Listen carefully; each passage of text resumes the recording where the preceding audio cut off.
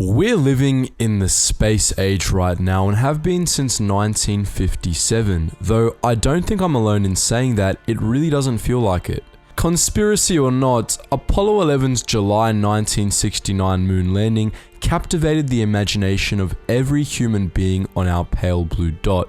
And yes, there has been some excitement about getting to Mars, though other than that, this so-called space age isn't living up to its name. The concept of humanity spreading from system to system like a plague, no, literally a plague, is inspiring and terrifying both, though in reality, we're far, far away from space fleets and extrasolar colonies. With that said, military interest in any frontier is often followed by public interest, and if at least most of the paperwork gets signed, funding and resources as well. To maintain military operations in any frontier, technology must rise to match the demands of the frontier, and more importantly, make every other interested party's technology look like it was dusted off and hauled out of a museum. This space age didn't really kick off until spacebound technology was perceived as a military threat, and consequently, the US military got involved. It was a competition in a virgin frontier, and that competition bred all sorts of wonderful technologies. It's not unreasonable, on first glance at all this United States Space Force stuff, to think that we're entering a new military-driven age of expansion into the cold, cold void. Though in reality, all of the USSF's operations occur scarcely beyond the gaseous film of our little world, and importantly to this video, have basically been going on since the dawn of the space age. The USSF isn't really anything new, and it was sculpted from more than 60 years of military, and of course scientific, operation in space. We mostly cover war history here on the front, and space forces, given they were actually a thing before December 19, certainly fall under that bracket. For the rest of the video, we're going to discuss the history of space forces and how it sculpted the space forces of today.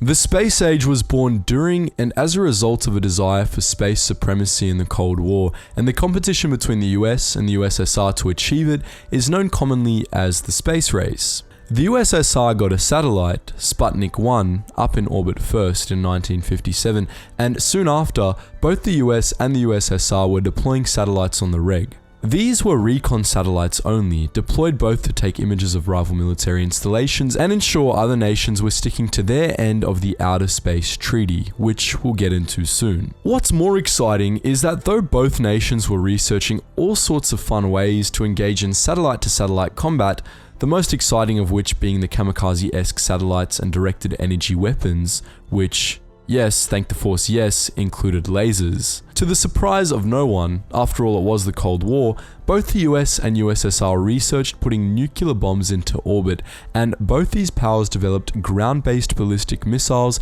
capable of waging intercontinental nuclear holocaust.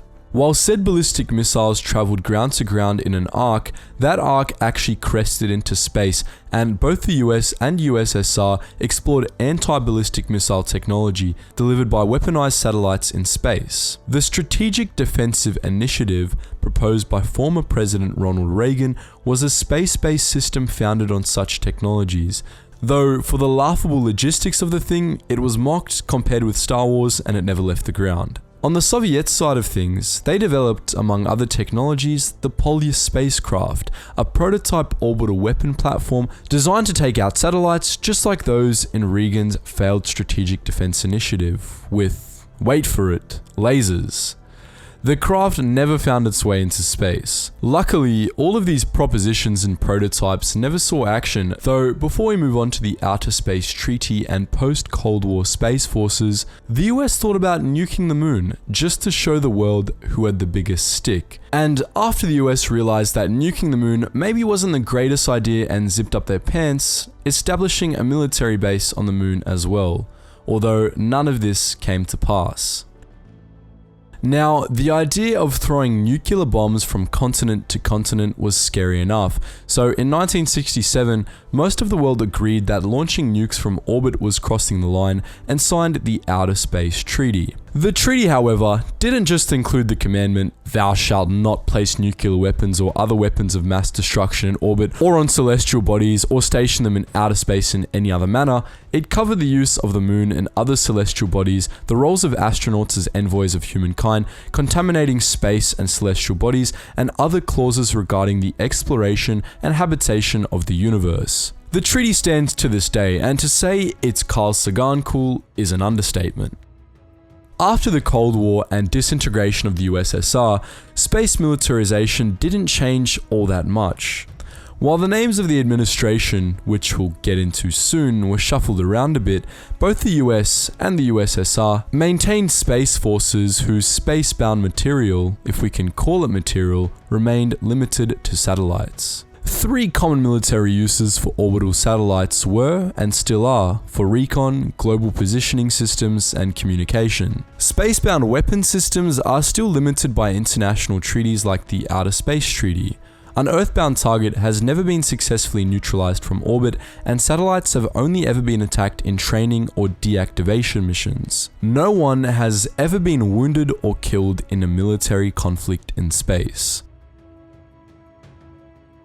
Before we touch on the newly anointed USSF, it's important we cover how the names and administration of Soviet and US Space Forces changed over the years. From 1982 to 1991, the Soviet Space Force was the Ministry of Space Units, and after the Soviet Union disintegrated, the Russian Space Forces sprung out of the Russian Armed Forces. In 1997, the Russian Space Forces also dissolved, becoming a part of the Strategic Rocket Forces until 2001, when it was remade as an independent section of the military.